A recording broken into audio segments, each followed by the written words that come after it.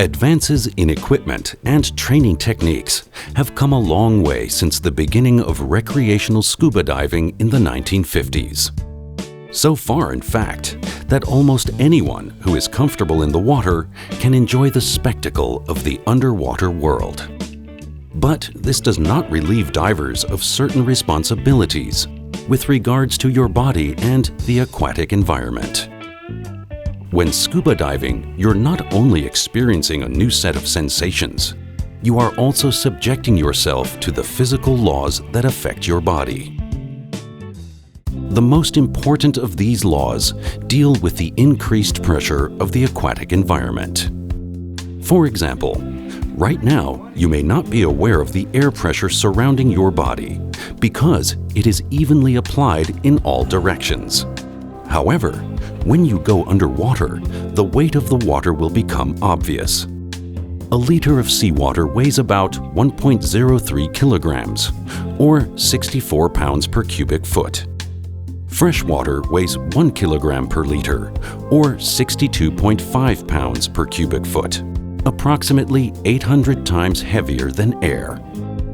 Air pressure is defined as force per unit area and is commonly expressed in bar in the metric system, and pounds per square inch, PSI, and atmospheres in the imperial system. For each additional 10 meters or 33 feet of descent, another bar or atmosphere of pressure is added to the pressure on your body. While our bodies are primarily liquid, approximately 70% by volume, the liquid portions of the body are considered to be incompressible for recreational divers. However, the other 30% of our body is air and will compress and expand when the pressure changes. The most important law you will learn in diving is Boyle's Law.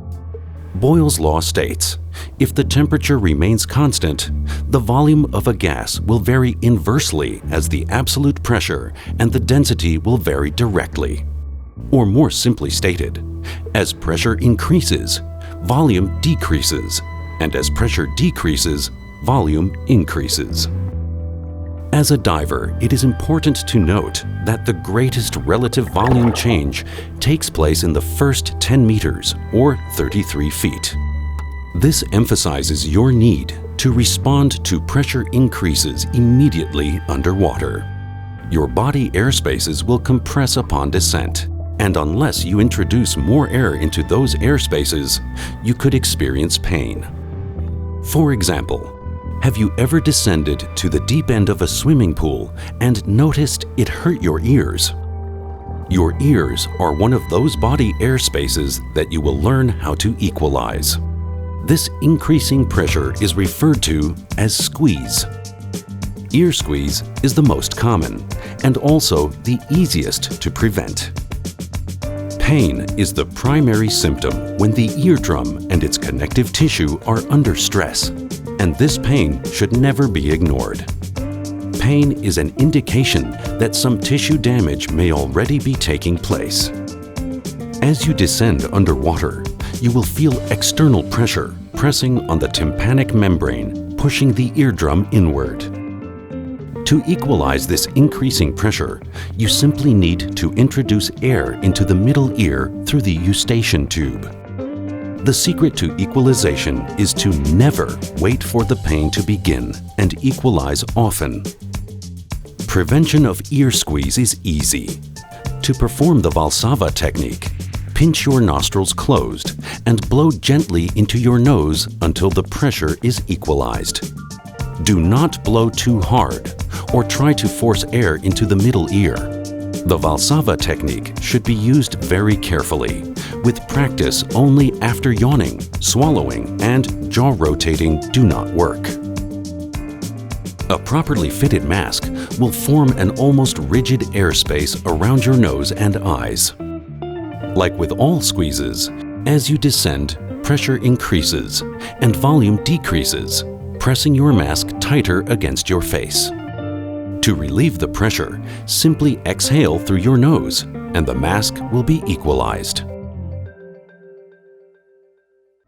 Suit squeeze is only a potential problem when wearing a dry suit. Dry suits are exactly what they state: dry. But in order to stay dry, you have to have air between you and the suit. Like with every squeeze, as you descend, pressure increases and volume decreases, and the dry suit compresses, creating ridges or folds pinching the skin, causing the surface capillaries to rupture. Like all squeezes, to prevent suit squeeze, simply add air to your dry suit on descent to equalize the increasing pressure. Now, we will move to a discussion about the diving equipment. The safest way for you to learn to dive and become a diver is in your own personal fitted, high-quality total diving system. The total diving system is made up of 6 subsystems. In this section, we are going to talk about the snorkeling system and the exposure system. The snorkeling system contains the mask, snorkel, fins, exposure suit, booties, and mesh equipment bag. Dive mask. Because the human eye is designed to function in air, not water, we must bring a pocket of air with us underwater in order for us to see comfortably. Your dive mask is the first component of the snorkeling system and your window to the underwater world. It gives you clear vision underwater, protects your face and eyes from irritants in the water, keeps water out of your nose, and gives you some protection from cold water. There are many types of masks available, but all perform the same basic function, and the most important consideration for your mask is fit. Selecting the right mask requires the assistance of your SSI dive professional. The mask will be fitted to the contours of your face. A double seal along the mask edge is very effective in keeping water out. Flexible mask straps or comfort straps secure the mask to your face. The lenses of your mask should be tempered glass to resist scratching and breaking. If you really want to enjoy every dive and not miss anything, don't forget to talk to your dive professional about a protective mask box, mask cleaner, and defog. You'll be glad you did. Snorkel. The next piece of the snorkeling system is the snorkel. Snorkels let us maneuver on the surface with little effort and let us breathe without lifting our heads out of the water. As part of the total diving system, the snorkel can help in the case of a surface swim with all of your equipment. For unrestricted breathing and easy clearing, a snorkel should have smooth internal construction with a large bore and self-draining vent, be made of relatively flexible material, and have a comfortable mouthpiece. The snorkel is attached to the left side of the mask. When using your snorkel, it should point straight up when you are looking down. This position provides the diver with a relaxed and constant view of the beauty below and easy breathing. Scuba fins. Unlike swimmers, snorkelers and scuba divers do not use their arms for propulsion. Scuba fins provide 100% of your propulsion. Scuba fins allow you to move through the water with a minimum amount of effort, substantially increasing the power of the bare foot. There are 2 types of scuba fins: full foot and open heel. Full foot fins are designed for warm water and are generally worn without scuba boots. Open heel fins are designed to be worn with scuba boots and used in all types of diving. The open heel model is adjustable for close, comfortable fit. Fins that are too tight will cause cramping, and loose-fitting fins may cause blisters or fall off while kicking. Your SSI dive professional will work with you and make sure you get the best fin for the type of diving you will be doing. The second component of the total diving system is the exposure system. On land, you wear layers of clothing to protect you from heat loss. When you go underwater, it's important to wear the same type of protection. The reason is you lose body heat 25 times faster underwater than you do in air. And as you will learn in Section 4, it's important to stay warm throughout your dives.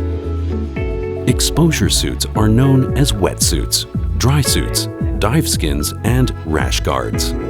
These garments are made from a variety of materials that are designed to protect the diver in all ranges of water temperature. The most important feature in an exposure suit is proper fit. Your suit should fit like a second skin, long enough in the arms, legs, and body. Ask your SSI dive professional to show you the different options for the type of diving you will be doing. Gloves or mitts are how you protect your hands against the cold and injury.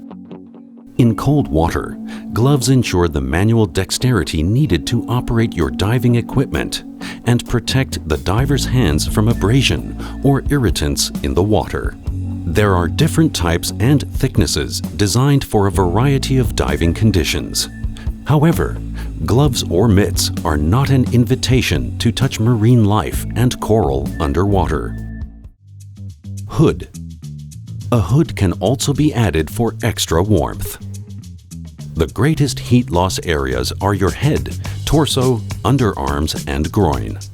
So, by adding protection in these areas, body warmth can be maintained. Safety flag and float. Some countries and states have laws that require divers to mark their position underwater with a float and dive flag. The diving flag signals to coming boats, "Diver down, keep clear, cut down your speed." The flag should be displayed only when divers are actually in the water. Check with your SSI dive professional for the rules that apply to dive floats and flags in your area. Mesh bag. You're probably wondering how you're going to transport this equipment to and from the dive site. The best bag for the actual dive site is a mesh bag. Not only does it hold all of your equipment, it also makes it easy to rinse it after diving and allows it to breathe and dry. Maintaining your equipment is important. After every dive, thoroughly rinse your equipment with fresh water and allow it to dry in a cool, well-ventilated area out of direct sunlight. Store your equipment in a cool, dry place and never in extreme heat or cold. If you want to learn more about taking care of your equipment, ask your SSI dive professional about the SSI Equipment Techniques course. The aquatic environment is a beautiful and exciting place. The techniques you will learn to maneuver and remain safe and comfortable underwater will be different than you have ever known. When you swim today, you use all limbs for forward motion. Once you become a diver, you will become part of the environment, with your arms to your sides, allowing your fins to do all the work. This streamlined posture will let you glide effortlessly through the water. Add a mask and snorkel, and you will become one with the water. With your face submerged, all the air you will need will come through your snorkel. Vision underwater changes in unique ways. There is an interesting optical illusion called refraction. Light rays bend as they pass from air through water and magnify objects by about 1/3. This means that an object 1 meter or 3 feet away will appear closer and fish will appear larger. Additionally, the deeper you dive, the warm colors red, orange, and yellow will virtually disappear, and your eyes will only see blues and purples. This is called absorption. Many variables will affect visibility underwater: refraction, illumination, absorption, diffusion, and turbidity. All of these factors can make the same dive site look very different throughout the day. Depending on where you dive, water temperatures can range from around 0 degrees Celsius or 30 degrees Fahrenheit to over 30 degrees Celsius or 80 degrees Fahrenheit. You may even encounter a temperature difference of 10 to 15 degrees Celsius or 20 to 30 degrees Fahrenheit between the surface and depth. This change in temperature is called a thermocline. Your SSI dive professional will share more information with you regarding thermoclines. Sound also behaves very differently underwater. Sound travels 4 times faster underwater and seems to come from all directions.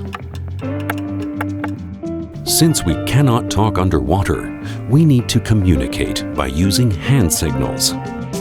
Pictured here are the most commonly used hand signals. OK, question and answer. Something is not OK. Go up. Go down. Stop. I am low on air. Please review these hand signals before heading to the pool or view them on SSI's free smartphone app. We've covered many topics in this section. Remember, knowledge replaces fears and fantasies with correct information.